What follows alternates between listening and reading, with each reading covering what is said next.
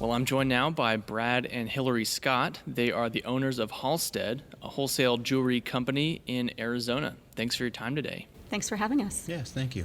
So you've had this small business in your family for 2 generations now, I understand, 46 years, and I understand that you're now planning to retract some of your business activity because of a Supreme Court decision that came down last year. It's South Dakota versus Wayfair. Some of our listeners might be familiar with it, but if you can just tell us what this decision was about, what it does. Right, so this was a Supreme Court ruling instead of legislation, which is really important. And in this case, they decided that states could extend multi-state sales tax collection to remote sellers in other states.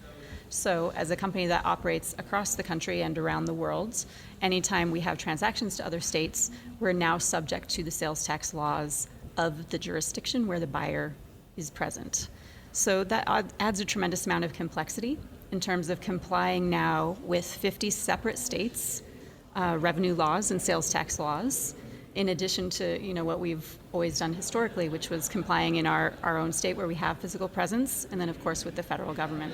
So to take an example, if someone in Florida buys one of your products online, you then have to do the math and calculate how much sales tax to cut out of the revenue and send to Florida.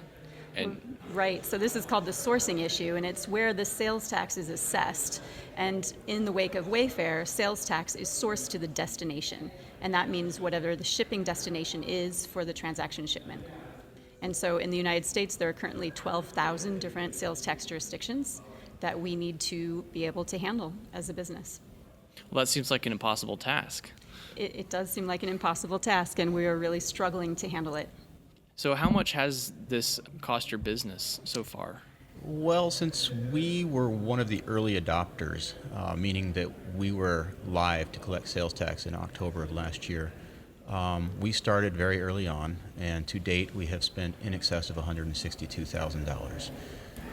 The company cost in terms of hours is over 3,300 hours at this point in time, and so it's an enormous drain on our resources. As a small business with 30 people, we don't have 3,300 hours to devote to tax collection for far-flung departments of revenue across the country. What's even more shocking, really, is that in that time, we've only collected about $68,000 in sales tax. So we are spending $2.39 for every single dollar of sales tax that we collect. Wow, that's remarkable. Have there been layoffs so far because of this? No layoffs yet. We've had 4 people leave in the last 4 months, and though we desperately need to replace them, we're not. We are downsizing, but it's through attrition as opposed to through layoffs. If it does come to layoffs, as a small business owner, that's not a decision that we take lightly, and there are a lot of steps we can take before that. Our employees they're an extension of our family in a lot of ways, and layoffs is probably the single hardest thing you can even consider as a small business owner. Well, I would imagine a lot of other small business owners are in the same shoes. When you talk to them, what are they saying? How are they dealing with the compliance costs? Well, yes, we are speaking with a lot of other small business owners around the country, and there's a wide range, honestly. So, yes, a lot of businesses are struggling, but what's most frightening, I think, is that a lot of businesses aren't even really aware of Wayfair. And that means that for the last year and a half, they've been accumulating back tax liabilities in many cases, or even if they have zero sales tax due, they've been out of compliance on registration and filings. One of the things that's very tricky about this ruling is that it's been discussed in the media as an online retail issue, but states, through their policy making, have legislated that economic thresholds are based on gross receipts, and that means any kind of business activity, regardless of the business channel, type of product, or type of industry. So a lot of manufacturers, wholesalers, and distributors are also swept into this compliance mandate, even though they're not online retailers at all. And again, there's a major lack of awareness among business owners that this applies to them. So if we get 3-5 years down the line and a state government decides to come after them for all those taxes, they could be potentially out of business? Well, it's even worse than that. Sales tax is a trust fund tax, which means that you're holding those monies in trust for the government department that you're collecting it for.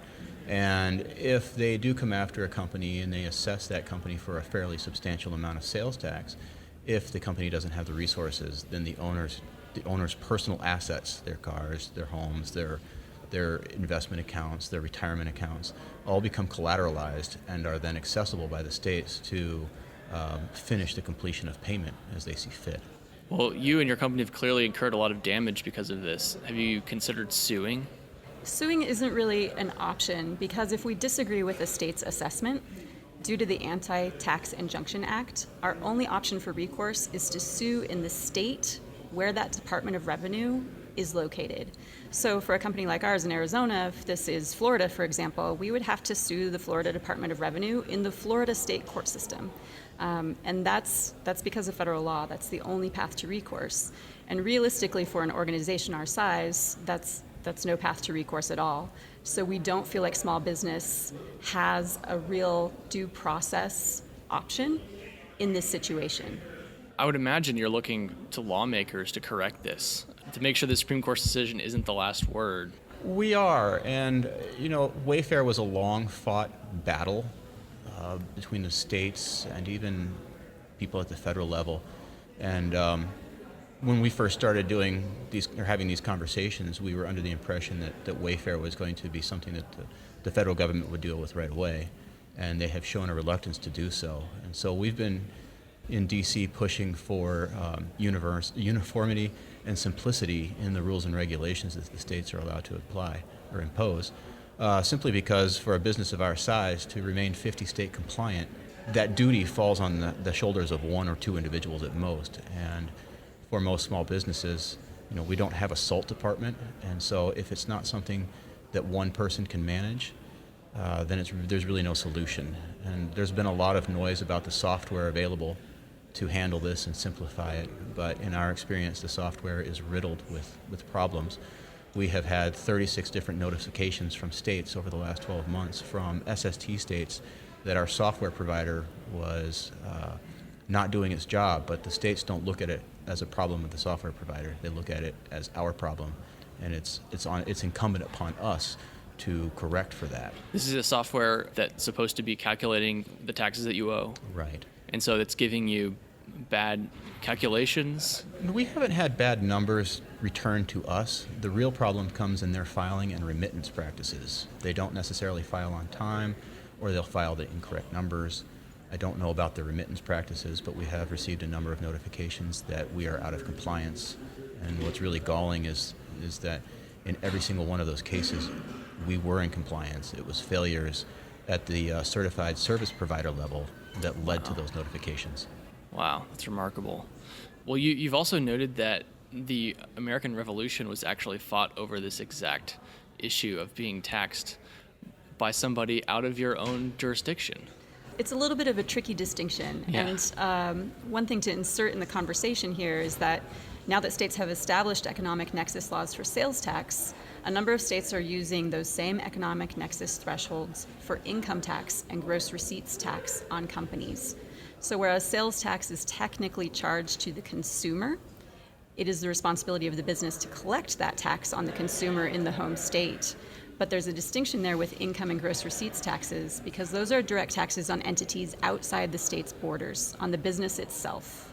And that is indeed what the Revolutionary War was about. It was about taxation without representation. It was about England trying to tax the colonists all the way across the ocean, even though they weren't there, they weren't present. And yes, that is exactly what the Revolutionary War was about. And the fact that economic nexus is now applied to income tax and gross receipts tax for businesses outside of states' borders is very concerning. And when you talk to lawmakers about this, are you encouraged by what they say, and do you expect that they'll act on this? I think the greatest challenge when speaking with lawmakers is the fact that there are very few businesses that A, have clean hands, and B, are able to speak up. So, as Hilary mentioned earlier, the awareness issue is a real problem, because if you're not aware and you're out of compliance, then by putting your hand up, you're effectively painting a bullseye on your back. And so a lot of the businesses that we've spoken to over the last year who are out of compliance, while they're in total agreement with what we're asking for, are terrified of making any noise whatsoever. And so The sounds that they're hearing on Capitol Hill are from the big companies that are already in compliance because they have 50-state physical presence already, and they're saying everything is working fine, when the fact of the matter is it's the smaller businesses, the businesses that, if you believe the rhetoric, are the backbone of the American economy, that are going to be the ones that are hurt the most by this. And to add on to that, I would just say this is a very complex issue, and I think you get a sense of that just in our discussion so far. So we understand this in detail because we're implementing this policy on a daily basis in a business. But when you talk about it at a high level, it sounds very, feasible. It's when you get down into the trenches of implementation where you see all of the problems really shake out. So communicating the complexity of this issue and the real problems of applying this policy in practice are our greatest challenges. And we are definitely finding lawmakers at both the state and the federal levels who are willing to listen to this and take action. And I do think we're going to see a lot of trailer legislation in states in 2020 as they try and address some of the unintended consequences that were not anticipated by economic nexus laws. Well, it's a very, very sobering conversation. I was even unaware before this week that companies like yourself were just under such pressure. So thank you both for sharing. Brad and Hilary, I appreciate your time.